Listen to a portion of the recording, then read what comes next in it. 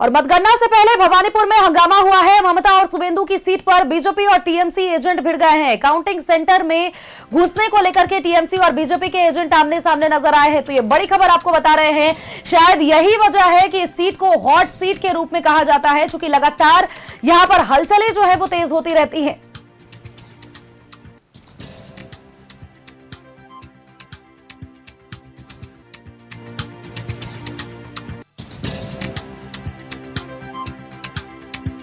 मतगणना से पहले भवानीपुर में हंगामा बताए। ममता शुवेंदु की सीट पर टीएमसी और बीजेपी एजेंट भिड़े हैं। काउंटिंग सेंटर में घुसने को लेकर के टीएमसी और बीजेपी एजेंट आमने सामने हुए हैं।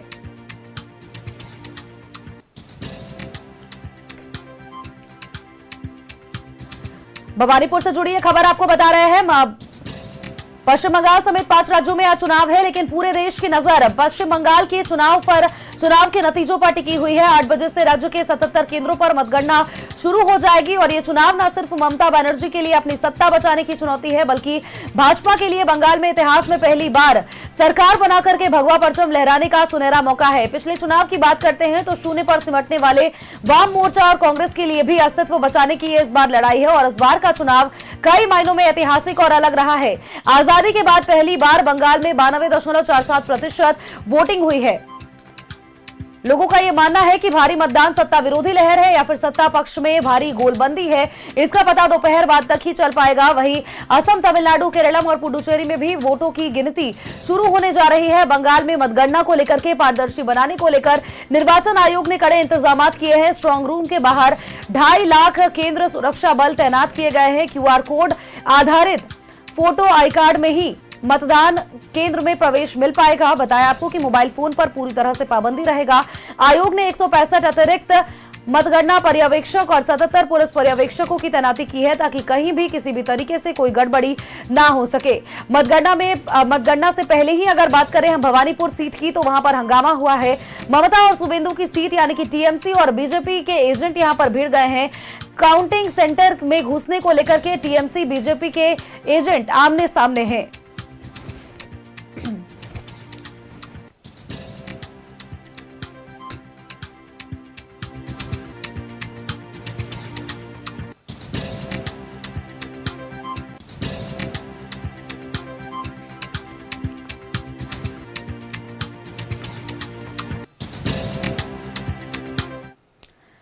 और खबर पर अपडेट्स के साथ हमारे प्रधान संपादक अनूप सोनू जुड़ गए हैं। उनका रुख कर लेते हैं। अनूप जी, मतगणना केंद्र के बाहर मतगणना से पहले ही भवानीपुर में हंगामा हुआ है। ममता शुवेंदु की सीट पर जहां पर आप मौजूद है, वहां पर टीएमसी और बीजेपी के एजेंट आपस में भिड़ गए हैं।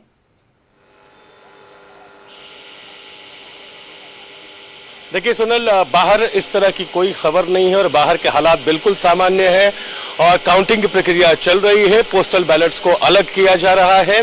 अंदर थोड़ी बहुत ये जरूर बात आई है कि किसी बात को लेकर टीएमसी के एजेंट्स को आपत्ति थी, लेकिन उसे सुलझा लिया गया है। ऐसी कोई खास बात नहीं है जो बाहर तक निकल कर आए और उसको ये कहा जाए कि काउंटिंग सेंटर के बाहर अफरा तफरी का माहौल है। हालांकि इन सभी चीजों को मिलाकर के देखें तो इस बार देखिए सुरक्षा के व्यापक इंतजामात भी किए गए हैं। क्या कुछ अपडेट्स फिलहाल हैं सुरक्षा को लेकर के? चूंकि देखिए लगातार जिस तरह से चुनाव की प्रक्रिया हुई, वहां पर भी हमने देखा था कि किस तरह से तकरीबन 2 लाख के आसपास सुरक्षा बलों की तैनाती की गई थी। मतगणना को लेकर के क्या कुछ व्यवस्था? सोनल, भवानीपुर के इस काउंटिंग सेंटर पे सखावत गर्ल्स स्कूल के सेंटर पे ये खास तौर पर देखा जा रहा है कि ये सेंटर बेहद ही खास है। 2 लोगों के नाक और शाख दोनों की बात आ रही है और यहाँ सिर्फ और सिर्फ एक ही विधानसभा क्षेत्र के मतों की गिनती की जाएगी। आप अंदाजा लगा सकती हैं कि एक विधानसभा क्षेत्र के मतों की गिनती के लिए इतने तादाद में सुरक्षा बलों की तैनाती से इशारा कर रही है कि पूरे बंगाल के, पश्चिम बंगाल के 294 सीटों में से ये एक सीट ऐसी है जो सत्ता की धुरी के इर्द गिर्द घूम रही है, जो इस पूरे बंगाल में चुनाव के मुद्दों के आधार पर अगर कहा जाए कि जो मुद्दे थे वो यहीं पर आकर टिके हुए हैं। सबकी निगाहें इसी स्कूल पर टिकी हुई है, इसी काउंटिंग सेंटर पर टिकी हुई है। यहाँ पर अगर ममता दीदी ने ऐसी बढ़त बनाई तो आप कह सकती हैं कि जो हवाएं चल रही थी वो कहीं ना कहीं बाकी सीटों पर देखने को मिल सकती है, हवाओं को देखा जा सकता है, लेकिन इस सीट पर नहीं है। क्योंकि शुभेंदु अधिकारी ने दावा किया, वो हालांकि 2 सीटों से चुनाव लड़ रहे हैं, नंदीग्राम और यहाँ से, लेकिन इस सीट को बेहद ही महत्वपूर्ण माना जा रहा है क्योंकि वो सीधे सीधे दीदी को फाइट दे रहे हैं। रही बात काउंटिंग प्रक्रिया की, काउंटिंग प्रक्रिया अभी शुरू ही हुई है।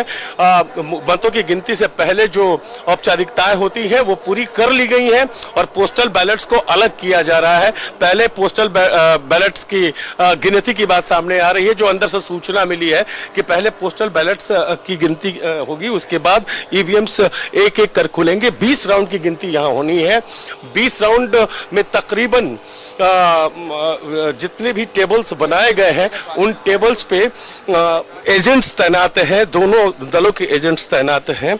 और जो अभी आपने खबर बताई है, अभी हमारे सोर्सेज ने हमारे फोन पे मैसेज किया है, वो कुछ नहीं था, बस इतना था कि पोस्टल बैलेट गिनते समय, निकालते समय थोड़ा सा बॉक्स इधर से उधर हो गया था, डब्बे जो होते हैं इधर से उधर हो गए थे, जिस वजह से आपत्ति दर्ज कराई गई और थोड़ी सी बहस हुई। बाद में अधिकारियों ने उसे शांत करा लिया है, उस चीज को सॉल्व आउट कर लिया है।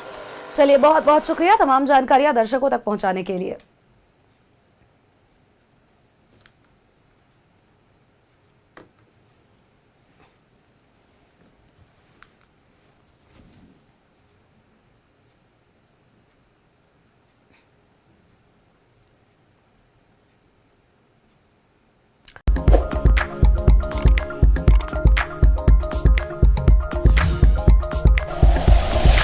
Like and share videos, subscribe करें हमारा चैनल और प्रेस करें बेल आइकॉन। न्यूज़ 11 भारत, सच है तो दिखेगा।